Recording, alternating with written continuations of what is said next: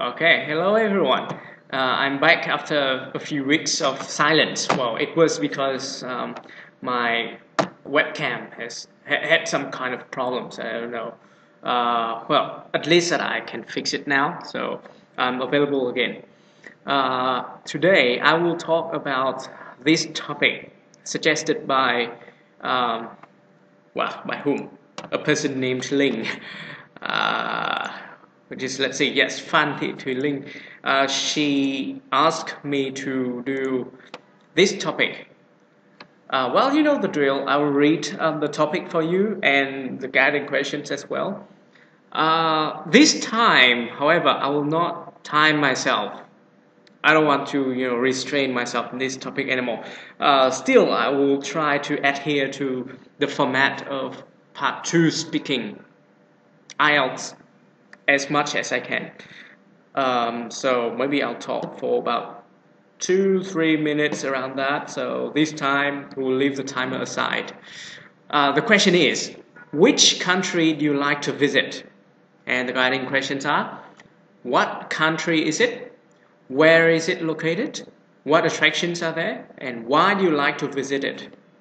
Now, let's see. I've given some thought about the location that I want to go to, but I haven't thought much about that, so I'll do it on the flight. So now let's see. I think there are lots of countries that I always want to visit. I want to see someday, or before I die, of course. And the most kind of pressing need or desire is to see Greece, a country in southern Europe. What attractions are there? I think Greece has a lot of things to offer us as tourists. For example, the Santorini Islands. I mean, all the islands in to the south and southeast of the Greek mainland. They're all very beautiful with blue sea and blue sky, azure sky, and green islands, things like that. And the houses on these islands are actually terraced. They are layered and they are painted white with blue gates and blue windows. So it looks really well. It looks really beautiful. It blends well with the background, with the natural background. You can you imagine that image? Well, blue sea, blue sky, and blue gates and windows against white wall. So that's too beautiful for me. So I want to see it with my own eyes. And we're talking about Greece, then the capital Athens is also a very popular destination, a very famous destination. It I think, or I think it was called one of the cultural capitals of Europe. One being in Athens, another in Paris, another in Edinburgh. I think Edinburgh in Scotland. It's Edinburgh is even called Athens of the North. So that means Athens has some very strategic, important value in the European culture in general. Because it's a Mediterranean country, so Greece is also pretty famous for its Mediterranean cuisine.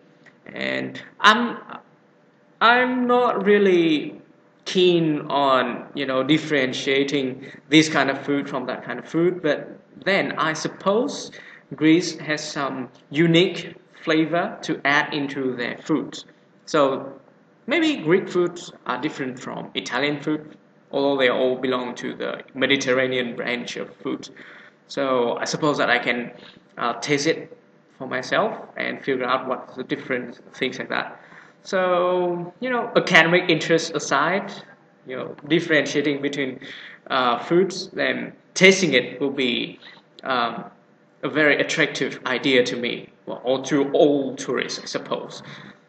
And Athens is very famous for its Parthenon.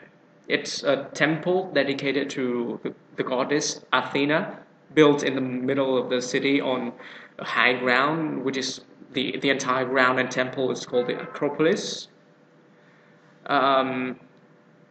So this temple is dedicated to Athena, a goddess, and of course, Greece is also very famous for its mythology, Greek mythology, and I think a lot of Vietnamese familiar with names of the gods and goddesses like Zeus or Ares or Athena, Apollo, okay, and so on. So I really want to see the scenes, the temples, and the stories, engraved in slabs of marble stones laying around, or other archaeological sites.